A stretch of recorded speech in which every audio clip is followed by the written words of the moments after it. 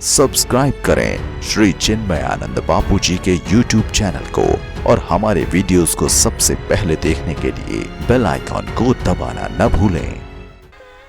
भगवान की कथा तो वैसी है, जितनी बार पियो, जितनी बार सुनो, और प्यास बढ़ती चली जाती है। ये आसो भी है मदिरा। और जो लोग मदिरा पीते हैं, शराब पीते हैं, उनका अनुभव होगा शुरू शुरू में अच्छी नहीं लगती है। हाँ, एक बार, दो बार, चार बार अच्छी नहीं लगती, लेकिन एक बार आदत पड़ गई ना तो फिर उसके अलावा भी कुछ अच्छी नहीं लगती है। तो ये कथा भी एक नशा है। एक बार जिसे आदत हो जाए ना, फिर कथा रस पिए बगैर उसको आनंद नहीं होता। इसलिए कहा श्री शौनक जी ने कि महाराज ऐसी कथा सुनाइए जो मम कर्ण रसायनम। और कल हम लोगों ने कथा यहां तक दर्शन किया था। श्री सूत जी बड़े खुश हुए और तुरंत शौनक के प्रश्न का जवाब दिया। काल भ्याल मुखग्रास त्रास निर्णांश हे तवे श्रीमद् भागवतम शास्त्रम कलौकीरेण भाषितम्। कहा कि हे शौनक, जिसकी आयु का कोई भरोसा नहीं है, ऐसे जीव को भी शीघ्र भवसागर पार होना है तो एक ही उपाय है, श्रीमद् भागवत का आश्रय कर ले, पकड़ ले श्रीमद् भागवत को। तो कहा शौनक ने कि महाराज ये भागवत क्या है, मैंने तो कभी सुना नहीं। अरे बोले, तुमने सुना नहीं, मैंने प्रत्यक्ष देखा है अपनी आंखों से। जब शुकदेव देव परीक्षित को कथा सुनाने बैठे ना, मैं भी वहां था और मैंने अपनी आंखों से देखा। 33 करोड़ देवता लोग उस वक्त हाथ में अमृत का कलश लेकर पहुंचे शुकदेव जी के पास। तो शुकदेव जी को बड़ा आश्चर्य हुआ कि ये देवता इतने स्वार्थी, बार बार बुलाने पर भी नहीं आते हैं और आज बगैर बुलाए आए। और इतना ही नहीं, शुकदेव जी को प्रणाम करके सब देवता लोग अमृत देने लग गए। शुकम नत्वा वदन सर्वे स्वकार्य कुशलासुरा। कहा कि महाराज, मैंने सुना है ये राजा परीक्षित को 7 दिन में मरने का श्राप लगा है, इसलिए आप ये भागवत अमृत पिलाने जा रहे हैं। शुकदेव जी ने कहा कि हाँ, आपने ठीक सुना है। तो देवताओं ने कहा कि महाराज ये अमृत लीजिए, 7 दिन तो क्या, ये कभी मरेंगे ही नहीं, अमर हो जाएंगे। तब शुकदेव जी को और डाउट हुआ, एक तो बगैर बुलाए आए, हाँ, और अमृत लेकर आए,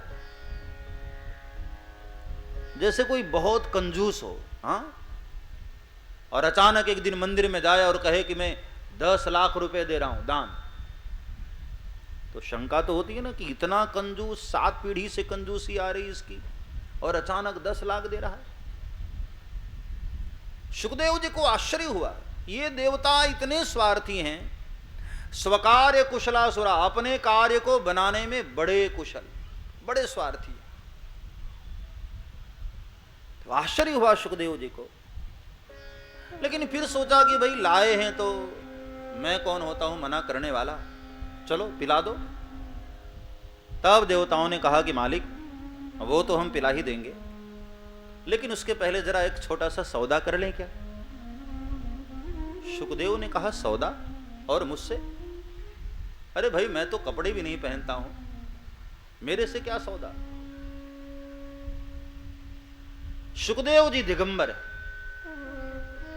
उनकी कोई ड्रेस नहीं है, कोई कपड़े नहीं तन पर, दिगंबर हैं, दिशाएं ही जिसकी अंबर, कपड़े ऐसे दिगंबर। हमारे देश में एक बड़े प्यारे संत थे, अभी तो नहीं रहे, कुछ समय पहले गुजर गए, तरुण सागर जी महाराज।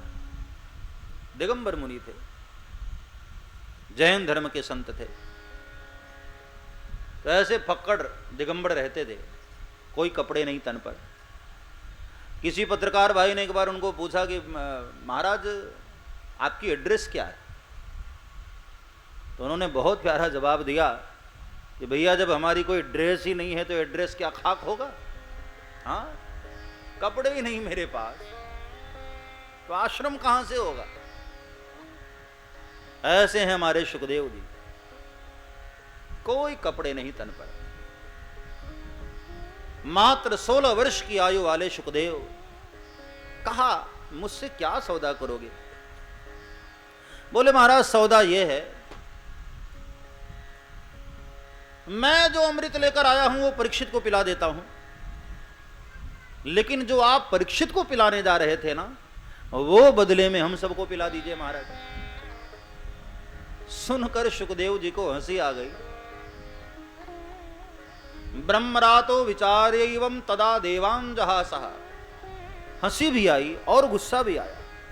कहा मूर्ख देवताओं, तुमने सोच भी कैसे लिया कि तुम्हारे तुच्छ अमृत के बदले में मैं अपना दिव्य अमृत तुम्हें दे दूंगा?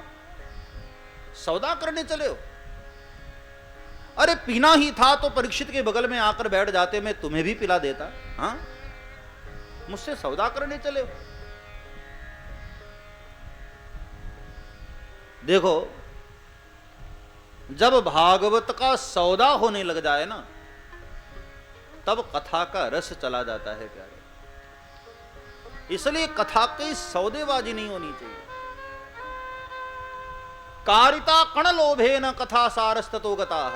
ध्यान से सुनो, कथा में सौदेबाजी नहीं होनी चाहिए।